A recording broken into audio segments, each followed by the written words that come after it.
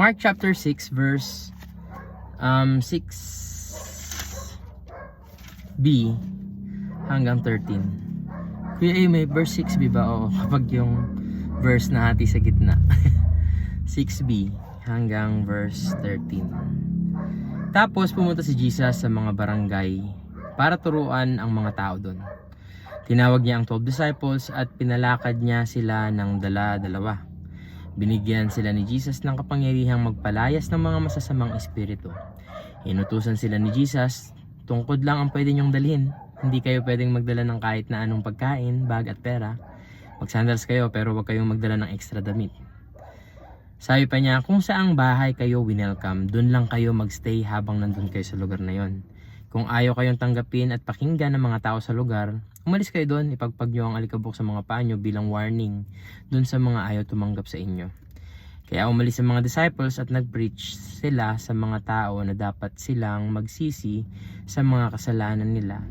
Nagpalaya sila ng mga demonyo, pinahira nila ng langis ang mga may sakit at pinagaling ang mga ito.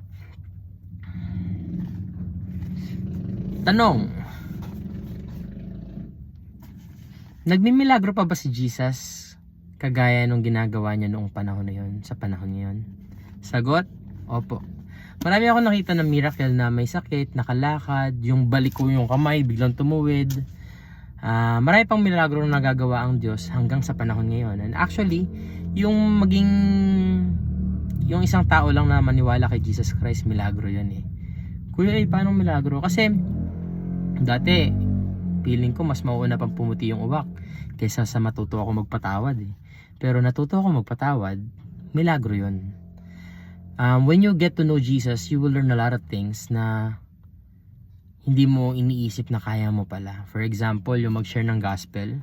Never in my mind na isip ko na mag-share ako ng gospel kasi sobrang bastos ng bunganga ko nun eh. Bawat sentence ko may mura eh. Hindi nga eh, bawat word. Every gitna ng bawat word sa isang sentence, napapagitnaan siya, hindi space yung pagitan. Mura yung pagitan. Who would have thought that I would be sharing gospel, sharing the word of God? But it's a miracle. And alam nyo, marami pa yung kapatid ko noon na meron siyang allergy. Pag nakakain siya ng itlog, si Andrew, nagpapantal siya ng matindi pag malansa. Tapos isang beses tinesting ko lang. Di rin ako sure eh, ganun naman ang faith eh, hindi ka sure. Tinesting ko, Lord, sana po gumaling po yung kapatid ko sa allergy. May mga preaching nagsasabi, wag daw maggamit ng word na sana. Pero alam mo yung sana, kasi hindi ka sure eh, kung tatalab eh. And honest ka lang. Tingin ko, kung yun yung feeling mo, you can use the word sana. It doesn't have to be like the right word. Sabi ko, pag magpapray kayo, you don't need to think about the right words. Sabi ko, sana gumaling yung kapatid ko. Alam niyo, pagkatapos ng prayer ko, in Jesus' name, Amen. Bumaba lang ako kasi tataas sila kami natulog eh. Bahay sa Parkland. Then pag akyat ko, boom, nawala yung mga yung mga pula-pula sa balat niya. Hindi pa siya nag-antihistamine nun. Yun yung malupit doon. Kaya sabi ko, wala, talaga nagmimilagro pa rin yung Lord hanggang sa panahon ngayon. Tapos, sinend niya yung kanyang 12 disciples dala-dalawa. So may 6 na grupo. Pinagbawalan niya sila na magdala ng extra na damit. Bawal silang magdala ng extra shoes. Ang dala lang na tungkod, bawal magdala ng pagkain, bag at pera. Ba't hindi sila pinagdala ng ganun? Kasi, di ba magpe-perform sila ng miracle? Pero at the same time, Jesus want them to experience miracle by themselves.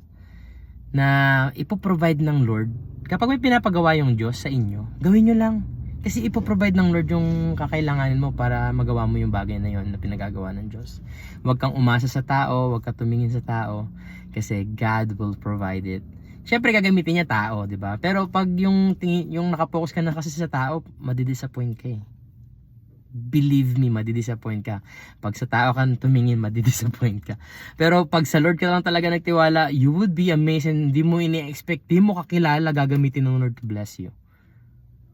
'Di ba? And yun, marami sila.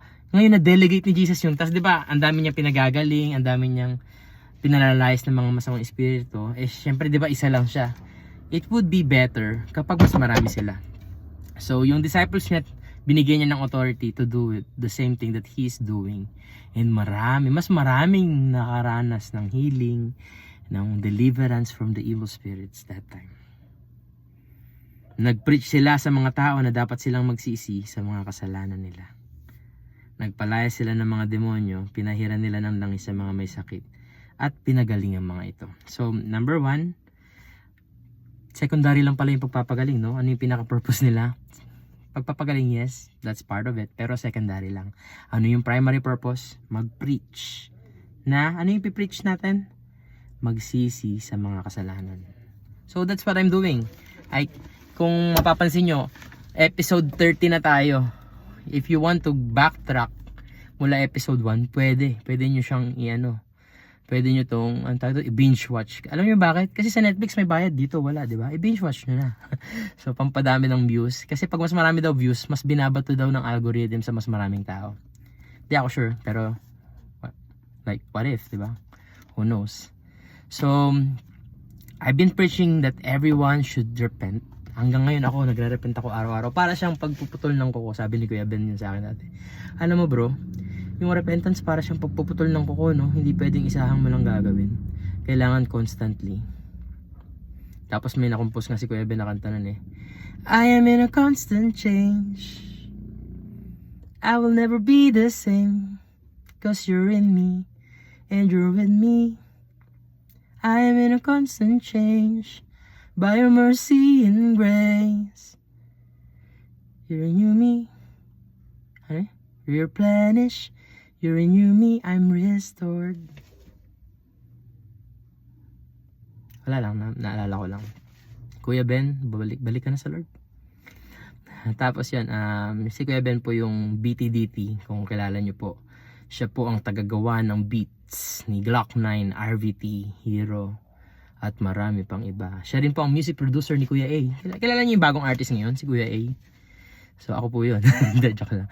Hindi, ako yun. Hindi joke yun. Ako pala talaga yun. And, ano na yung sinishare ko? Ang gulo talaga ng utak.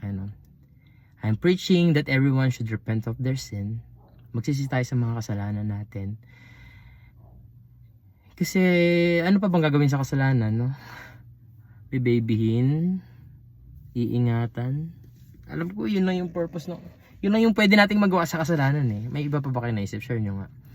Comment daw. Maganda daw, maraming engagement, sabi ni Kuya Router. Di kasi ako di talaga ako magaling sa ganito-ganito, pero I just wanna share God through whatever possible way available. God bless everyone.